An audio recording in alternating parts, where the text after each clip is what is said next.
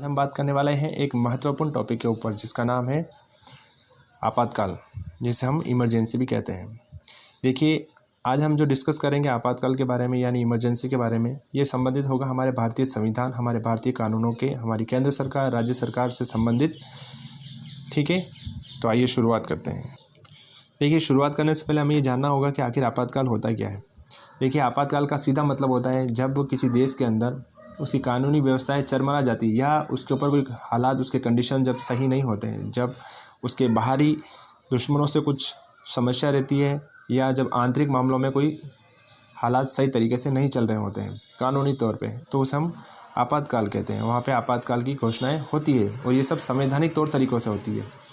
तो आपातकाल के अंदर सबसे पहले हम जानेंगे कि हमारे भारत में व्यवस्था कैसी है शासन सत्ता की। तो इसमें एक जहाँ केंद्र स्तर पर संघ सरकार होती है जिसे केंद्र सरकार भी कहते हैं, जैसे ठीक उसी तरीके से हर राज्यों के लिए राज्य सरकारें होती है। ठीक है, तो अब हम बात करेंगे आपातकाल के प्रोसेस क्या है, आपातकाल कैसे लगता है। ठीक है, तो सबसे पहले हम जानेंगे आपातकाल कितने प्रकार के होते हैं। देखिए, आपातकाल 3 प्रकार के होते हैं। पहला आपातकाल है राष्ट्रीय आपातकाल। नाम से ही मालूम चल रहा है राष्ट्रीय आपातकाल है, इसका मतलब राष्ट्रीय स्तर पर लग रहा है, पूरे देश के ऊपर। वैसे कभी कभी ये कुछ पर्टिकुलर राज्यों के हिसाब से भी लग सकता है। जब किसी हमारे देश के ऊपर जब बाह्य दुश्मन देशों का आक्रमण होने का चांसेस हो या सीमा के ऊपर किसी तरह की कोई हिंसक घटनाएं हो गई जहां पे ऐसा महसूस होता है कि यहाँ पे युद्ध की संभावना है, जहाँ पे देश की एकता अखंडता या उसकी सुरक्षा प्रभावित हो सकती है, वहाँ पे हम राष्ट्रीय आपातकाल लगाते हैं। ठीक है,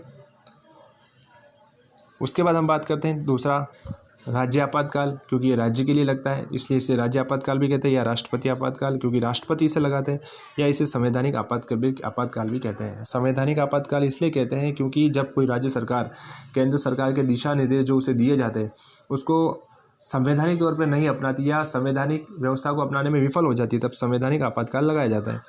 ठीक इसी तरह से तीसरा है हमारा आपातकाल वित्त आपातकाल। जो वित्तीय स्थिरता जब चरमरा जाती है तब वहाँ पर वित्त आपातकाल लगाया जाता है। अब देखते हैं इनके अनुच्छेद कौन कौन से। तो राष्ट्रीय आपातकाल के लिए जो अनुच्छेद है वो 356 है, जो हमारे संविधान में दिया हुआ है, आर्टिकल 356। ठीक इस तरह से राज्य या राष्ट्रपति आपातकाल या संवैधानिक आपातकाल के लिए, सॉरी यहाँ पे 352 होगा, ये आप नोट कर ले, 352 राष्ट्रीय आपातकाल के लिए, और जो दूसरा आपातकाल है उसके लिए 356 है। ठीक इसी तरह से वित्त आपातकाल के लिए 360 है।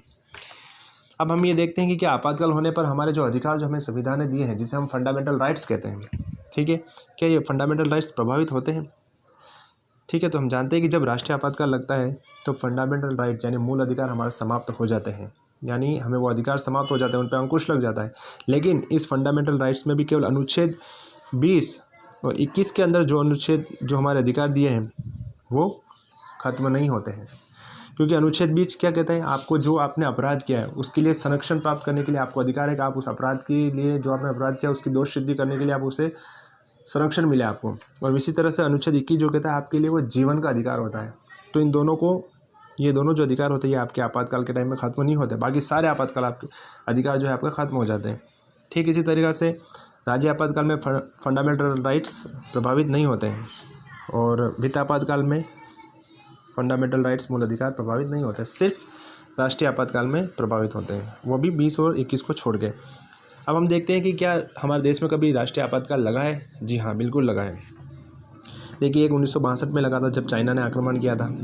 ठीक है, और इसी दौरान एक 1965 में भी जब पाकिस्तान ने किया था तो वो पूरा इसी में इंक्लूड हो गया था। ठीक है, तो एक इस टाइम आपातकाल लगा था आपका।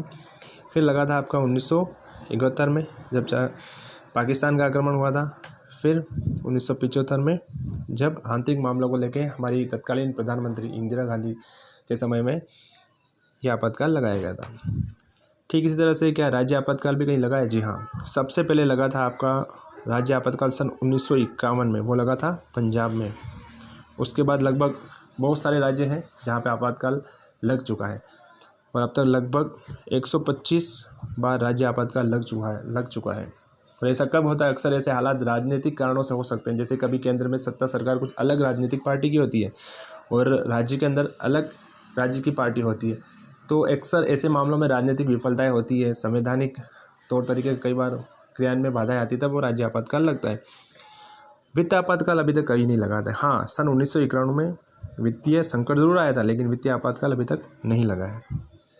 ठीक है, आई होप आपको ये अच्छे से समझ में आ गया होगा कि आपातकाल क्या है, कितने प्रकार के होते हैं, इसके अनुच्छेद संविधान में कौन कौन से हैं, इसके अलावा कब कब राष्ट्रीय आपातकाल, राज्य आपातकाल या वित्त आपातकाल हमारे देश में लग चुके हैं या नहीं लगे हैं। ठीक है।